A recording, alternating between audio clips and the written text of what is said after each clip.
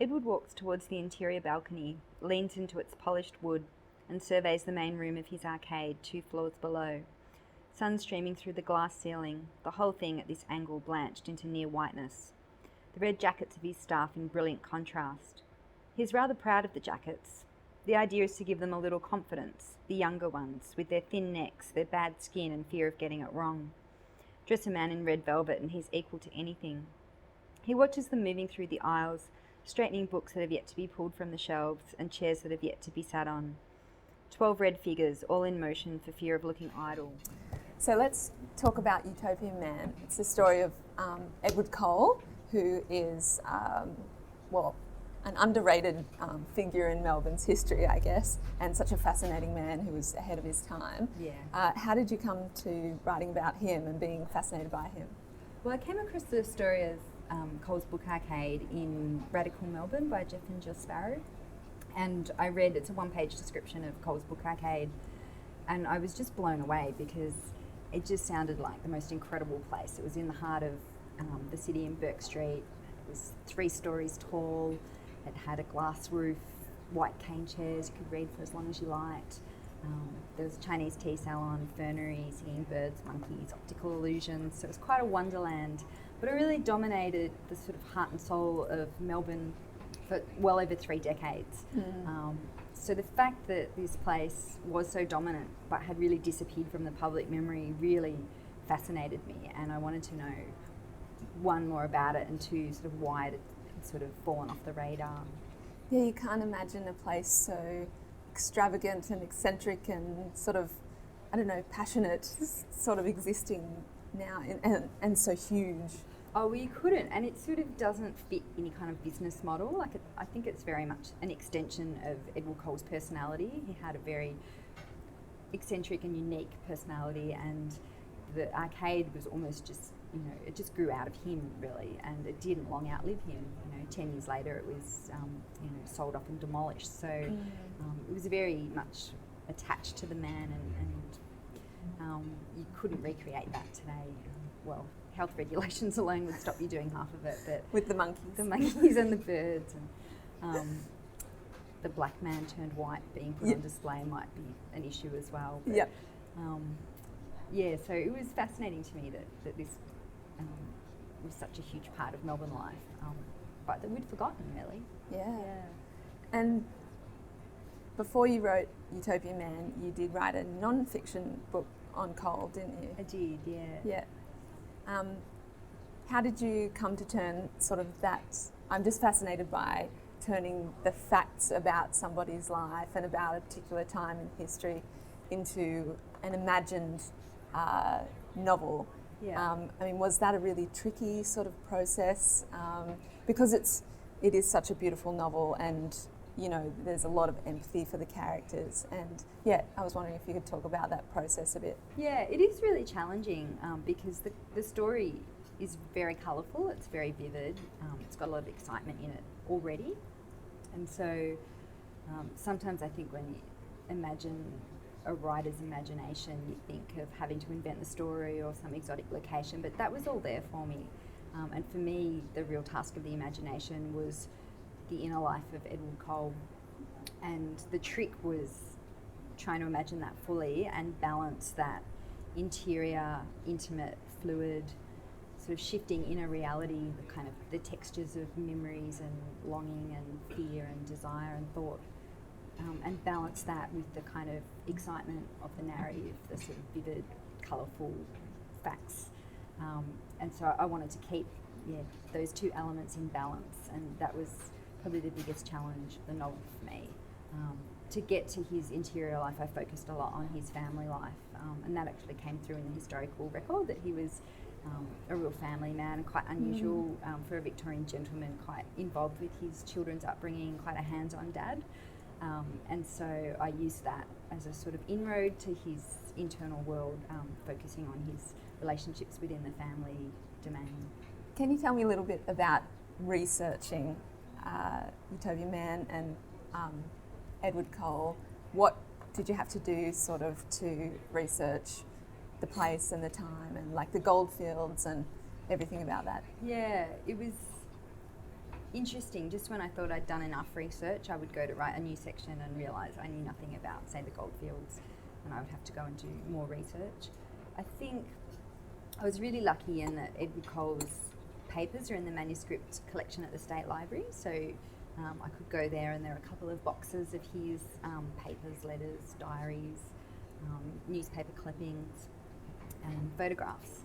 And some of the things I found there were really useful in surprising ways. So it wasn't kind of wading through lots of written material so much that was helpful, but the odd little thing that I would find. So there was a letter from Edward from a buying trip he took to England back to his family, and he'd hand-drawn little pictures for all the children. And that just gave me a real sense of him as a father, and to me that seemed quite unusual for the era as well. And I found things like a ticket stub to the Turkish baths in the Royal Arcade. And I was like, there were Turkish baths in the Royal Arcade. I mean, it's such a beautiful arcade. You could just suddenly imagine this kind of very decadent, beautiful bathhouse. And so those things really triggered my understanding of the era more so than I did reams and reams of reading anyway. But just somehow those small discoveries had a really big impact on me and the way I set the novel and the types of things that I focused on. So tangible as well, you know, having those things. I did go back a couple of years after I first went in there, and I noticed that a lot of the material was missing. And I realised that actually the State Library was putting together a permanent exhibition for, I think it's the Changing Face of Victoria, and they'd put together a section on Cole's Book Arcade, and they'd used a lot of this archival material. So I was actually really happy to see that I wasn't the only person sort of delving in this archive, that something quite sort of permanent and visible was being put together. Because there was nothing like that when I first started researching, and now, sort of maybe 10 years later, the State Library and Victorian Museum, Melbourne Museum have both got sort of permanent displays relating to Cole's Book Arcade, so it makes me happy to see that. Within those, was there the, did he actually take out an ad for a wife? Because that's sort of one of the plot points in the novel. Yeah, he did.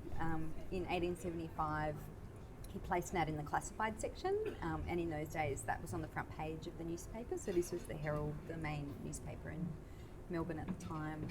And it basically ran alongside, you know, ads for soap and cocoa powder. All of a sudden, there was just a headline, "A good wife wanted, £20 reward." But it was an entire column length, so it was a broadsheet. He paid for a column, so he filled a whole column. So not only did he sort of describe all the characteristics that he wanted, because he still had a bit of space left over, he went into great detail about why each of those characteristics was so important. So yeah, it was very detailed. Yeah, and I mean, not many people would have done that in those days. I really came across nothing, no other precedent going back that far.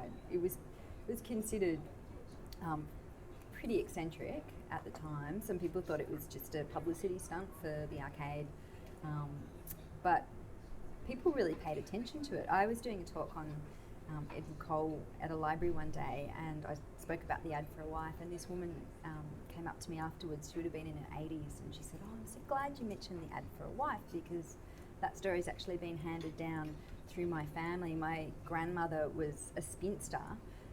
She was a seamstress when that ad came out in 1875, and all her friends were ribbing her and telling her that she should respond to this ad, that she should go and meet Mr. Cole, and she was too shy, she wouldn't do it.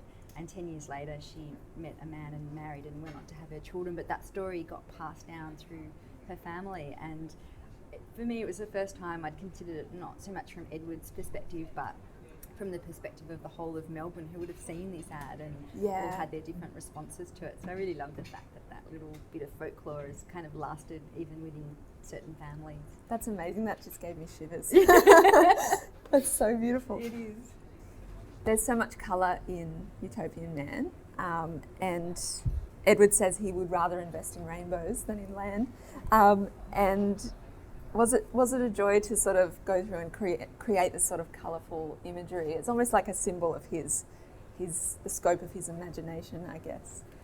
Yeah, it was fun to do that, and it really worked against my own perceptions of what Melbourne history was like. For a long time I thought Melbourne history was really brown and dusty and boring, and I just thought of well, broadly speaking, Victorian history, I guess. So the Gold Rush, Ned Kelly, First Fleet, and yeah, I just felt no connection with that sort of history.